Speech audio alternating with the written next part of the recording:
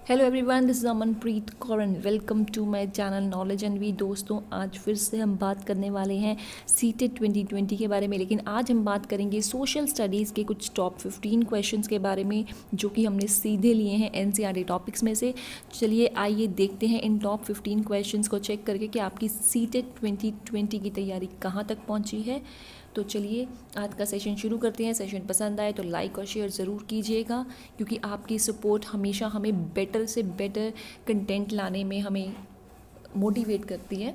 तो चलिए शुरू करते हैं हम आज का सेशन। तो आज के सेशन का फर्स्ट क्वेश्चन है, which statement is incorrect as the function of Nyaya Panchayat. वो कह रहे हैं जो न्याय पंचायत वगैरह बनी होती हैं विलेजेस में, उनका इनमें से कौन सा जो फंक्शन है वो उनके लिए गलत है। Number 1, it maintains village schools, वो विलेज स्कूल्स को मेंटेन करके रखते हैं। इट रन्स हेल्थ सेंटर्स, वो हेल्थ सेंटर्स को रन करते हैं। It gives loans to the farmers, जो किसान हैं उन्हें वो लोन देते हैं। ये ऑल ऑफ द अबव, या ये तीनों के तीनों फंक्शन ही उनके हैं। लेकिन अब ध्यान से देखिएगा, उन्होंने ये नहीं पूछा कि कौन सी स्टेटमेंट इनमें से करेक्ट है न्याय पंचायत के लिए, हालांकि उन्होंने पूछा है कौन सी स्टेटमेंट इनकरेक्ट है, जो गलत है। और इसलिए आपका आंसर होगा D, all of the above, क्योंकि इन तीनों में से कोई भी फंक्शन न्याय पंचायत का नहीं है। बेसिकली जो न्याय पंचायत है वो अगर कोई क्रिमिनल कोई बात हो जाए या कोई डिस्प्यूट्स हो जाए आपस में फैमिलीज़ में, तो न्याय पंचायत वगैरह वो बैठ के सॉल्व करती हैं। लेकिन इन तीनों फंक्शंस में न्याय पंचायत का कोई रोल नहीं होता, तो इसलिए आपका आंसर होगा ऑल ऑफ द अबव। अब बढ़ते हैं अपने नेक्स्ट क्वेश्चन की ओर। उससे पहले हम ये देख सकते हैं, आपके सामने है, ये देखिए, Nyaya Panchayat is a part of a panchayat system which is form to settle disputes among the villages. जी हाँ, विलेजेस जो गांव के लोगों के अंदर जो लड़ाई हो जाती है आपस में, वो उसको सेटल डाउन करने में हेल्प करते हैं। और ये देखिए, इनके वेरियस फंक्शंस ये हो जाते हैं that it strives to solve petty criminal and civil cases, मतलब छोटे मोटे कोई क्रिमिनल या सिविल केसेस को वो सॉल्व करती हैं। Where in parties in dispute against their sides to the members of the panchayat. तो ये तो बात थी हमारे न्याय पंचायत के बारे में। तो चलिए बढ़ते हैं अपने नेक्स्ट क्वेश्चन की ओर। Who was known as the frontier Gandhi. जी हाँ, फ्रंटियर गांधी कौन थे? तो आपके ऑप्शन है जवाहरलाल नेहरू, अली ब्रदर्स, अब्दुल गफर खान या जिनीना सॉरी। सो आपका सही आंसर होगा option number C, Abdul Ghaffar Khan. और ये जो हमारे मोहनदास करमचंद गांधी थे, ये उनके दोस्त थे, और इसलिए इनका जो नाम था वो था अब्दुल गफ़र खान, और इनका बाद में इनका नाम फ्रंटियर गांधी डाल दिया गया था। अब बढ़ते हैं नेक्स्ट क्वेश्चन की ओर। हु वॉज कॉल्ड देश बंधु। देश बंधु किसे कहा गया था? ऑप्शन है आपके लाला लाजपत राय, चंद्रशेखर आज़ाद, चित्तरंजन दास या बाल गंगाधर तिलक। तो जी हाँ, देश बंधु कहा गया है ऑप्शन नंबर सी को, यानी चित्तरंजन दास को। अब आप देख सकते हैं चित्तरंजन दास कौन है। चित्तरंजन दास, पॉपुलरली कॉल्ड देश बंधु, was an leading Bengali nationalist politician. वो बंगाली नेशनलिस्ट पॉलिटिशियन थे, एक प्रोमिनेंट लॉयर थे, and activist of the Indian national movement. हमारी जो INM जो यानी इंडियन नेशनल मूवमेंट थी, उसके वो एक एक्टिविस्ट थे, and founder leader of the Swaraj party in Bengal during the British occupation in India. वो पोएट भी थे और राइटर भी थे। सॉरी, यहाँ पे मतलब राइटर वर्ड नहीं आ पाया है।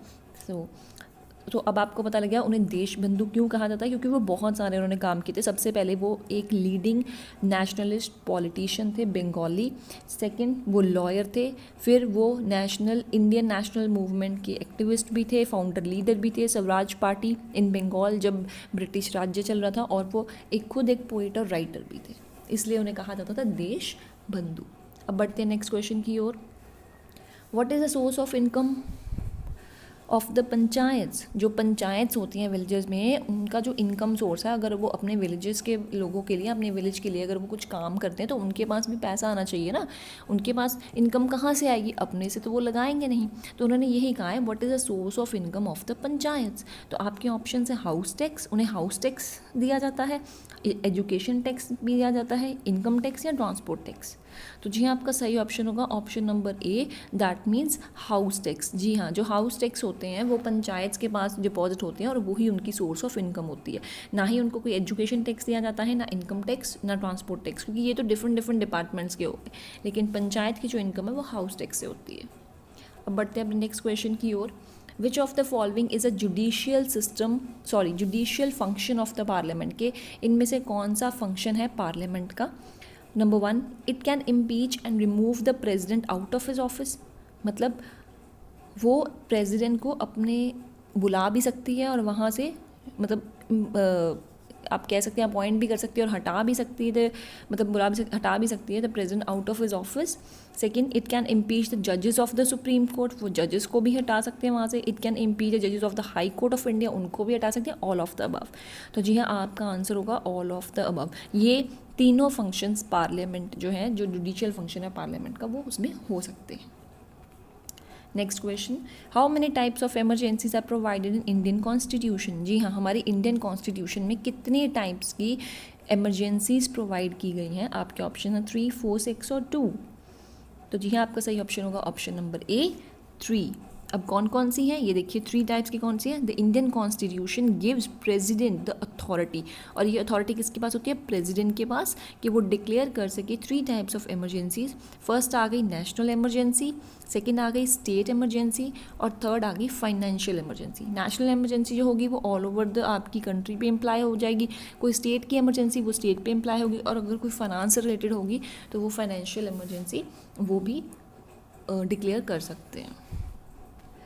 Next question, who can appointed as the governor of the state? किसे हम स्टेट का गवर्नर अपॉइंट कर सकते हैं? ऑप्शंस, सिटीजन ऑफ दिल्ली, क्या सिर्फ दिल्ली के लोग ही गवर्नर बन सकते हैं? बिल्कुल नहीं। Number 2, he must be not less than 35 years of age, कि 35 साल से कम की उम्र का वो नहीं होना चाहिए वो इंसान। ओके, मान लेते हैं। He must hold the office of profit, उसने हमेशा कोई ना कोई ऐसा ऑफिस मतलब वो काम कर रहा हो, मतलब जो बेसिकली प्रॉफिट के लिए चल रहा हो। And option D all of the above, तो ये आपका सही ऑप्शन होगा option number B, he must not less than 35 years of age. इन तीनों में से किसी भी स्टेट के गवर्नर बनने के लिए जो सही वाले ऑप्शन ये है कि उसकी जो उम्र है वो 35 साल से कम नहीं होनी चाहिए। The numbers of members in the Lok Sabha should not exceed, जो लोकसभा में नंबर ऑफ मेंबर्स हैं वो शुड नॉट एक्सीड, किस नंबर से वो एक्सीड नहीं होनी चाहिए? आपके ऑप्शन है 465, 545, 552 या 605। तो जी हाँ आपका सही आंसर होगा option number C 552। Next question, the fall of the czar Nicholas two USSR is known as? Option 1 है आपका industrial revolution, option 2 February revolution, option C red revolution या ऑप्शन डी सोशल रेवोल्यूशन। तो जी हाँ, जो fall of czar Nicholas two है उसे कहा जाता है option number B February revolution. Next question, which article states that the state can not discriminate a citizen on the basis of religion, race, sex etcetera. Means इन सब चीज़ों के ऊपर आप किसी भी भेदभाव नहीं कर सकते। ये इसके लिए कौन सा आर्टिकल इम्प्लाई होता है? तो आपके ऑप्शन है आर्टिकल 15, आर्टिकल 18, आर्टिकल 11 और आर्टिकल 372। तो जी हाँ आपका सही आंसर होगा option A article 15। Means article 15 में साफ साफ लिखा हुआ है दैट कोई भी स्टेट डिस्क्रिमिनेट नहीं कर सकती सिटीजन को on the basis of religion, race, sex etcetera. Next question देखते हैं, all human beings are born free and all equal in dignity and rights, this was proclaimed in the, ये किस में दिया हुआ है कि जितने भी ह्यूमन बींग्स हैं वो सब फ्री हैं, आज़ाद हैं, और उनको और एंड सब एक मतलब उन सबका बराबर का राइट है हर चीज़ में, like right to education, right to information, all equal in dignity और राइट्स और डिग्निटी में भी वो इक्वल है। दिस वॉज प्रोक्लेम किस में लिखा हुआ है? नंबर 1 राइट द रेवोल्यूशन में, ग्रीन रेवोल्यूशन में, ब्लडी रेवोल्यूशन में, या डिक्लेरेशन ऑफ ह्यूमन राइट्स। तो जी हाँ इसका सही आंसर होगा option D declaration of human rights. जो डिक्लेरेशन ऑफ ह्यूमन जिसमें डिक्लेयर किया गया है कि एक ह्यूमन के एज ए सिटीजन क्या क्या राइट्स हैं, ये उसमें लिखा गया है। नेक्स्ट क्वेश्चन है आपका, Kshatriyas were the people interested with, जो क्षत्रिय होते थे उनका बेसिकली फंक्शन क्या होता था? जैसे हम कई बार कहते थे ना कि इसकी कास्ट ये है तो इनका ये काम हुआ करता था पहले समय में, ऐसे उन्होंने बोला जो क्षत्रिय पीपल होते हैं they were interested with. Option A agriculture, business, fighting या रूलिंग। तो जी हाँ आपका सही ऑप्शन होगा option C fighting. Kshatriyas basically बहुत ही आप कह सकते हैं कि बहुत ज़्यादा मतलब माने जाते थे फिज़िकली कि हाँ अभी फाइटिंग वगैरह के लिए बहुत ज़्यादा निपुण माने जाते थे। Next question, the longest day in the southern hemisphere is. जी हाँ, आपका सदर्न हेमिस्फीयर का सबसे बड़ा दिन कौन सा होगा? जून 22, मार्च 23, दिसंबर 21 या सितंबर 21? और एक बार का ध्यान है, कई बार दिसंबर 22 ऑप्शन भी आ चुका है, तो वो गलत नहीं होगा क्योंकि ये नियर बाय कहा गया है दिसंबर 21 और उसके आसपास, तो एक दिन आगे पीछे भी हो सकता है, जो it's not an so hard and fast rule. So basically अगर अब इन ऑप्शन में सिलेक्ट किया जाए तो वो आएगा दिसंबर 21। ये देखिए, ये आपके सामने एक डायग्राम बना हुआ है। 21 मार्च स्प्रिंग, 21 जून समर आ जाएगा आपका, 22 जून ऑटोमनल आ जाएगा एंड 21 दिसंबर आपकी विंटर की साइड आ जाएगी। तो इस डायग्राम से आपको ज़्यादा क्लियर हो सकता है। लॉन्गेस्ट डे, ये सारे लॉन्गेस्ट डेज हैं। समर के, स्प्रिंग के लिए 21 मार्च, समर के लिए 21 जून एंड ऑटम के लिए 22 सितंबर और जो विंटर है उसके लिए 21 दिसंबर। ये जो हमारी जो रेवोल्यूशन होती है उसके ऊपर डिपेंड करता है। नेक्स्ट ये देखिए, इन the southern hemisphere the day with the shortest time between the sunrise and sunset is the day of the June winter, which falls on or near 21st of June, and the day with the longest time between the sunrise and sunset is the day of December। कहते हैं ना that कि गर्मियों में जो दिन होते हैं वो बड़े होते हैं और रात छोटी होती है, इसीलिए जो सर्दियां हैं उसमें दिन छोटे और रात बड़ी हो जाती है। सो क्या कहा उसने, that between sunrise and the day with the longest time between sunrise and sunset is the day of the December, which falls on or near the 21st of December। तो इस चीज़ पे कंफ्यूज मत होइएगा, अगर 21 दिसंबर आ जाए या 22 दिसंबर आ जाए, फॉल ऑन और near है। तो बढ़ते हैं नेक्स्ट क्वेश्चन की ओर। Which of the following is called the ghost town. जी हाँ, इसमें से किसी को हम गोस्ट टाउन कह सकते हैं? Human resources, air resources, water resources या mineral resources. Basically ghost town अगर आप सर्च करेंगे ना, तो गोस्ट टाउन ये चीज़ होती है कि जहाँ पे आपके बहुत सारे पहले रिसोर्सेज होते थे लेकिन अब वो ख़त्म हो सकते हैं या ख़त्म हो चुके हैं, तो बेसिकली वो फिर गोस्ट टाउन बन जाता है।